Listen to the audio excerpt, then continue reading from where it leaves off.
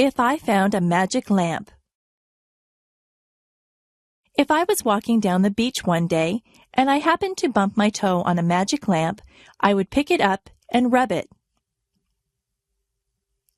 If it was a real magic lamp, but I don't believe that there really is a magic lamp, a genie would pop out in a cloud of smoke and he would call me master.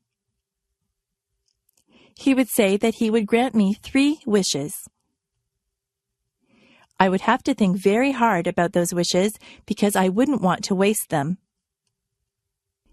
I don't think I'd want millions of dollars. Money doesn't buy happiness, or so they say. I might wish for good health because if your health isn't good, you won't be able to enjoy anything. Some people might wish for beauty, but beauty is only skin deep. Some people would wish for a mansion or a beautiful car or a big boat. I don't want any of those things. Some people would want fame. Some people would want talent. Some people would wish for happiness. That might be a good thing to wish for.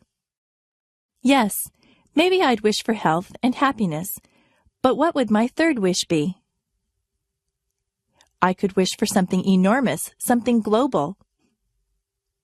I could wish for world peace.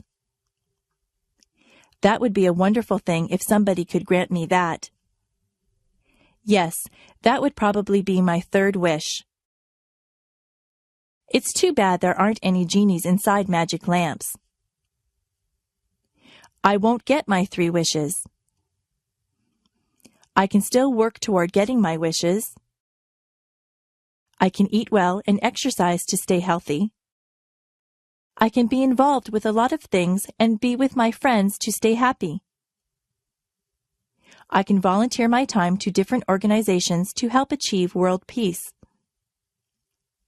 I can do my fair share in my community to help others. That's how I can get my 3 wishes, not through a magic lamp. I can only get what I want through self-determination and hard work. That is the key to getting your wishes fulfilled.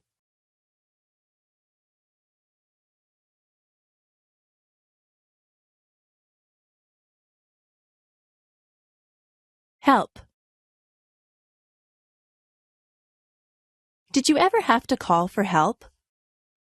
Were you ever in a situation that was an emergency? It is good to know what to do in case of an emergency. You should always know how to get in touch with the police and fire departments. I have read stories where very young boys or girls have called the police and saved their friends or family members' lives because they knew just who to get a hold of. If you see a fire, you should call the fire department. A lot of tragedies have been prevented because the calls have been made quickly. It is important that emergency vehicles arrive very quickly. That is why those vehicles have sirens. When their sirens go, it means to get out of the way. Policemen, firemen, and ambulance attendants are trained to handle very difficult situations. They often save people's lives. They go through a lot of training to become good at what they do. They never panic in emergencies. For your part, you should keep emergency numbers near the phone or know what the emergency numbers are. Where I live, there is a special number that you call for any emergency. We teach that number to everyone, even very tiny children. It is important to remain calm if you need help. If you call an emergency number, you have to be able to speak clearly and tell the person you are talking to exactly what the problem is. I hope you are never in an emergency situation, but it is a good idea to be prepared.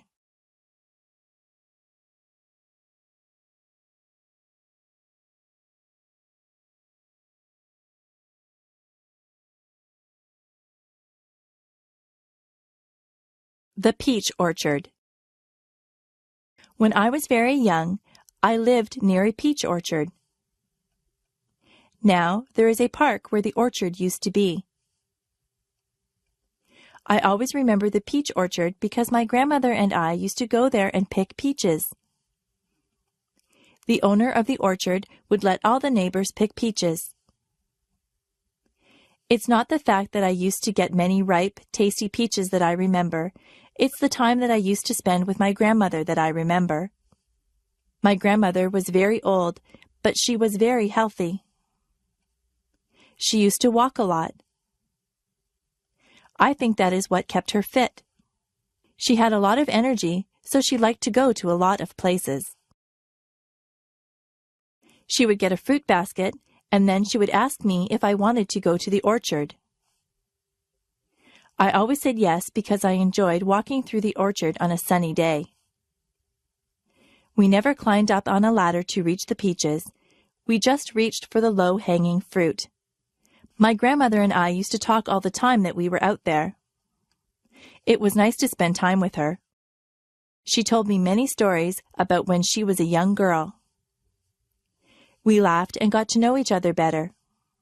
My grandmother only visited us during the summer. She lived in California and I lived in Niagara Falls, so we didn't get to spend a lot of time with each other. We enjoyed the hot summer days in the orchard. You could smell the peaches, and the bees buzzed lazily by us. My grandmother would point out different insects and birds to me. I learned a lot about nature from her. We would end up with a big basket of peaches. When we got home, my mother would wash the peaches, and often she would bake a peach pie for us. Nobody bakes a peach pie like my mother. It's good to have memories like that. Childhood memories of time spent with my grandmother are very precious to me. Sometimes it's just the simple things that you do in life that leave you with the nicest memories.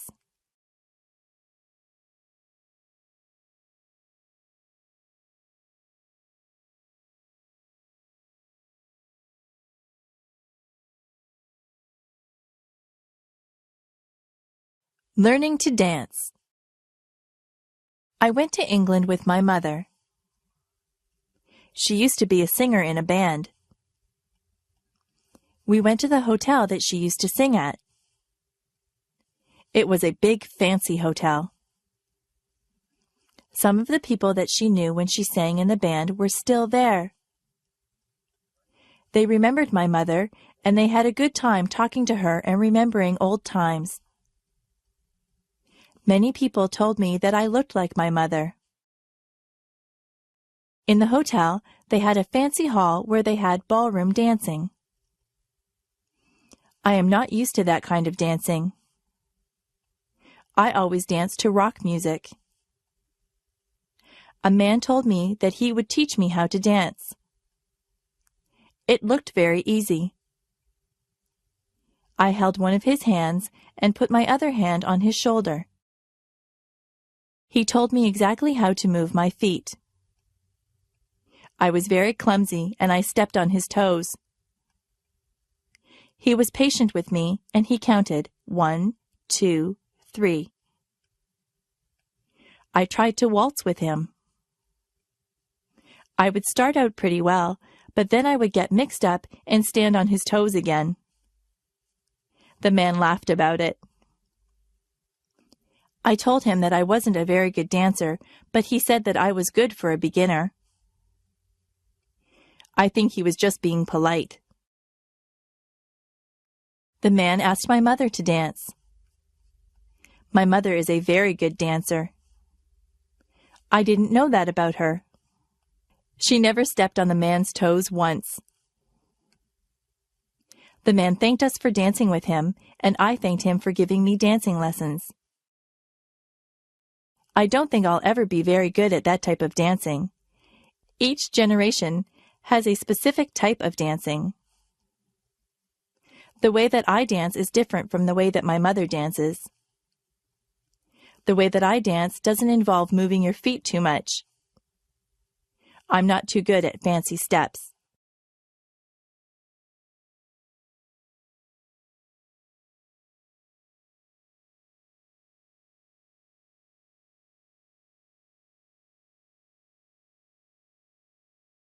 Superheroes.